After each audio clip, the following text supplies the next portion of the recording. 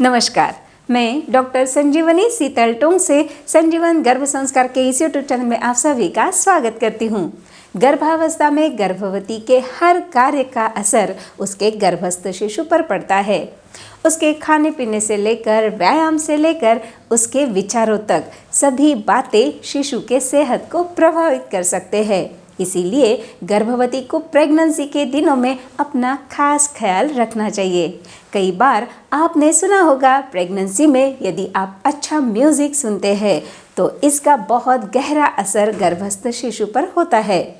उसकी डेवलपमेंट अच्छे से होती है। मगर क्या आप जानती है कि यदि आप तेज़ आवाज़ में गाने सुनती है या कोई भी म्यूज़िक बड़ी आवाज़ में सुनती है या तेज़ आवाज़ में बहुत देर तक आप यदि रहती है तो यह आपके शिशु के लिए नुकसानदेह हो सकता है।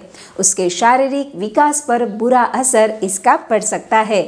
आप बहुत देर तक शोर में या कुछ बड़ी आवाज़ में सुन रही है तो इससे उसमें बहरापन भी आ सकता है। तो चलिए आज हम इस वीडियो में इन्हीं बातों को अच्छे से समझते हैं और इन्हें आपको फॉलो भी करना है। और एक इम्पॉर्टेंट बात, इस वीडियो के एंडिंग में मैं आपको यह बताऊंगी कि कौन सा म्यूज़िक आपको गर्भावस्था में सुनना है और वह आपको कैसे मिल सकेगा। तो इस वीडियो को अंत तक ज़रूर देखिए। संजीवन गर्भ संस्कार यह चैनल सब्सक्राइब करें, बेल आइकन पर क्लिक करें तथा लाइक और शेयर करें। चलिए पहले समझते हैं वह कौन सी समस्याएं उत्पन्न हो सकती है यदि आप बड़ी आवाज़ में कुछ सुनती है या आप हेडफोन का ज़्यादा इस्तेमाल करती है तो क्या इफ़ेक्ट उसका भी हो सकता है। इससे समझने के पहले क्या आपको ये पता है आपके शिशु के कान का डेवलपमेंट, उसका internal, middle ear and external ear कब विकसित होता है? वह विकसित होने लगता है 20वें हफ्ते के दौरान। और अगर आप यदि इस दौरान 85 डेसिबल से अधिक तेज़ आवाज़ में 6 से 8 घंटा रहती है तो इसके कारण शिशु को सुनने संबंधित समस्याएं पैदा हो सकती है। दूसरा, जब भी आप गर्भावस्था में तेज़ आवाज़ के संपर्क में आती है या कोई भी म्यूज़िक लाउडली सुनती है तो इससे आपका गर्भस्थ शिशु चौंक सकता है या उसकी मूवमेंट भी बढ़ सकती है। यह आप महसूस भी कर सकती है। तीसरा इम्पैक्ट जो शिशु पर होता है वह है उसके डेवलपमेंट पर।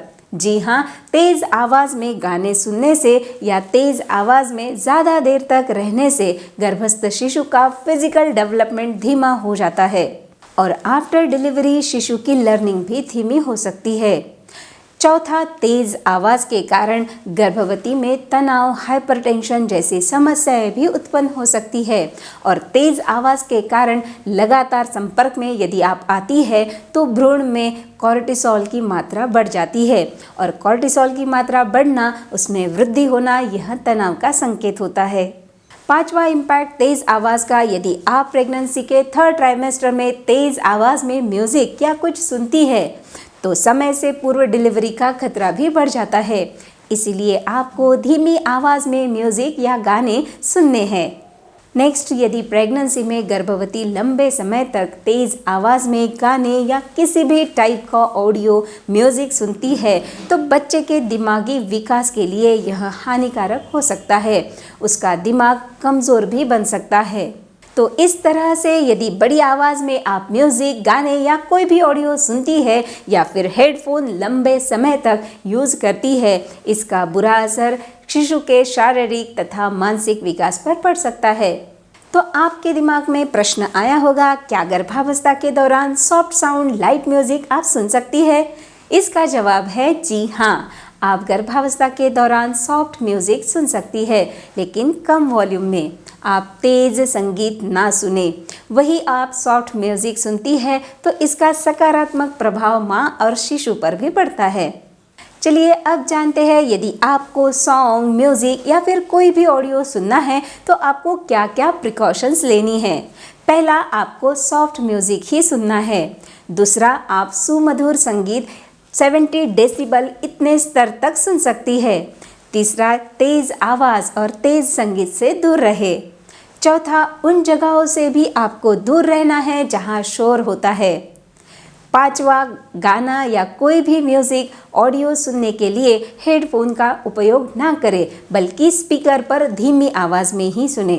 आइए अब जानते हैं गर्भावस्था में गर्भवती को किस तरह की आवाज़ से बचना है।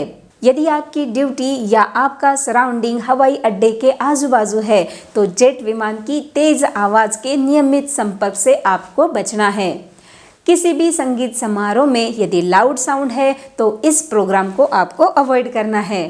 आपको ध्यान रखना है ऐसी जगह पर काम नहीं करना है जहां नियमित रूप से 80 डेसिबल से ज़्यादा तेज़ की आवाज़ चल रही है। तो इन सभी बातों का ध्यान रखकर धीमी आवाज़ में सुमधुर संगीत आप बिल्कुल सुन सकती है। और अब सबसे महत्वपूर्ण बात, आपको मैंने जैसे शुरू में बताया कौन सा म्यूज़िक आपको सुनना है। आपको सुमधुर संगीत सुनना है। आप शास्त्रीय संगीत भी सुन सकती है। आपको मृदु आवाज़ में लाइट म्यूज़िक सुनना है। इसके लिए आपको क्या क्या सुनना है यह हम संजीवन गर्भ संस्कार के ऑनलाइन वर्कशॉप में आपको प्रोवाइड करते हैं। आपको कुछ ऑडियोज़ वहाँ पे मिलते हैं जो थ्रू आउट प्रेगनेंसी आप उसे सुनती है तो डेफिनेटली आपके शिशु का बौद्धिक और शारीरिक विकास अच्छे से होने में मदद होती है। तो आप भी यदि ज्वाइन करना चाहती है संजीवन गर्भ संस्कार का ऑनलाइन वर्कशॉप तो इसके लिए नीचे डिस्क्रिप्शन में मैंने लिंक दी है, वहाँ पे जाके डाउनलोड कीजिए संजीवन गर्भ संस्कार ऐप और घर बैठे ही बनिए extraordinary mom of extraordinary baby.